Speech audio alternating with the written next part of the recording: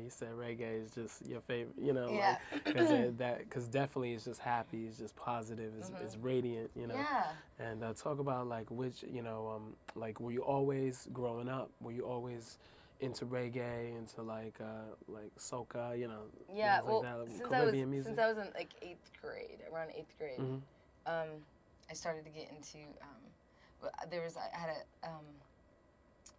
I was going to Catholic school, and next door to the Catholic school was this reggae shop, All right. and this like white dude with like long dreadlocks was like in Like Montana, like it was which is where I was born and like raised. Gary Oldman type vibe from True Yeah. Romance, right? Yeah, totally, totally.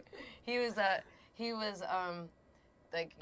turning me on to different types of music, and also like he got me into hemp and like wearing like Jamaican things and stuff like that. And I was going to Catholic school, and everyone thought it was really weird, but I was like, it was just like I understood what they didn't understand. That's right. And, That's right. Being a true artist, like being yourself. That's what it's about. So I went through that for a while, but what I realized over years is that reggae music makes people happy. Like it doesn't matter. Like if you go like to Hawaii, or you just you're on vacation, like you want to hear reggae music. And then I was thinking to myself, well, that's what makes me happy. That's what makes other people happy. Why isn't everyone doing reggae music all the time? Like I don't understand. Like if we want to be happy, so I'm not like authentically a reggae artist by any stretch. It's just there's a lot of offbeat reggae influenced pop songs on my album because that's what makes me happy, and I really want to be happy. Yes. Yes, in life, like it's so short.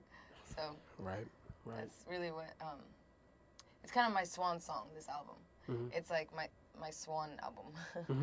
It's like, I thought to myself, like because I almost died in that like gang attack, So like if I only get one more album, before I die, like what would it say? What would I say? What would my message be? What if I only have one shot, one chance to get it out, what would it be?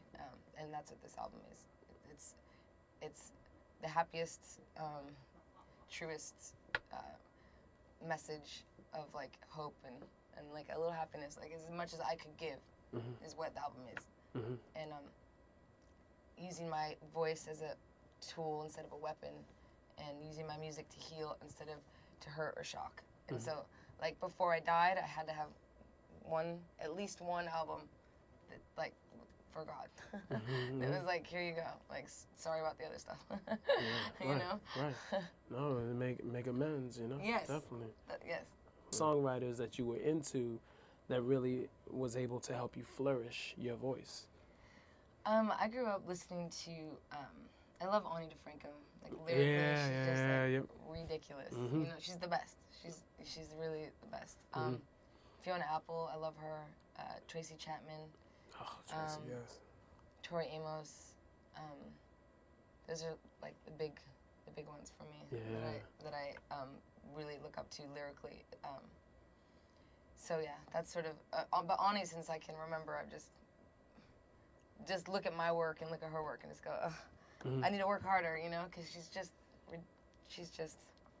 unbelievably good, isn't she? Yeah, she is. Yeah. She is. Yeah, I almost made her band. I made the finals.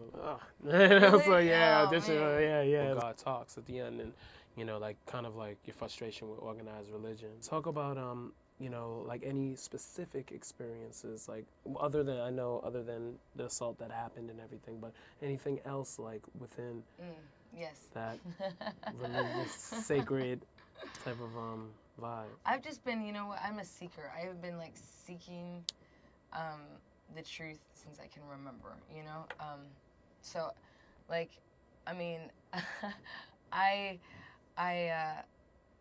studied so many different religions and gone to different churches and I've just tried to find the truth, like I really want to know what the truth is. So, being raised in, going to Catholic school and having to, go through the priest, to feel like you can't talk to God directly, was sort of always like confused me, I didn't really understand like why I had to I never understood it, and I would get really frustrated with that whole situation. So part of God Talks is about that, part of it is also like I went to this church for a while, and they were just very like judgmental, and I just you know, like if because of what, like I wore dark eye makeup and I wore, you know, dark clothes, and they just thought that was right there. I don't know, I just felt like judged, and so and only God judges us, right. You know? So in God Talks, it's really like, you know what, I am not perfect, you know, in fact I'm like far from perfect, but you know, God can talk to even me, and if God can talk to me, then you know, like there's really no one that He won't talk to.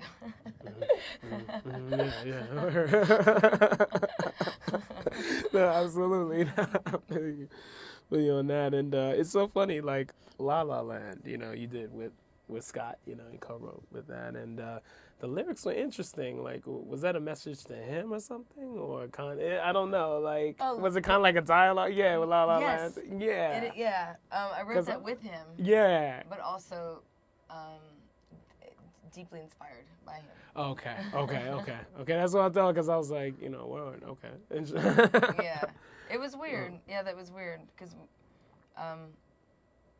yeah, it's a weird one, because I wrote that song, like, you know, wrote a lot of lyrics, and he wrote the music, but we wrote it when we were like still together, so it's just ironic, foreshadowing or whatever. Oh, wow. It's weird.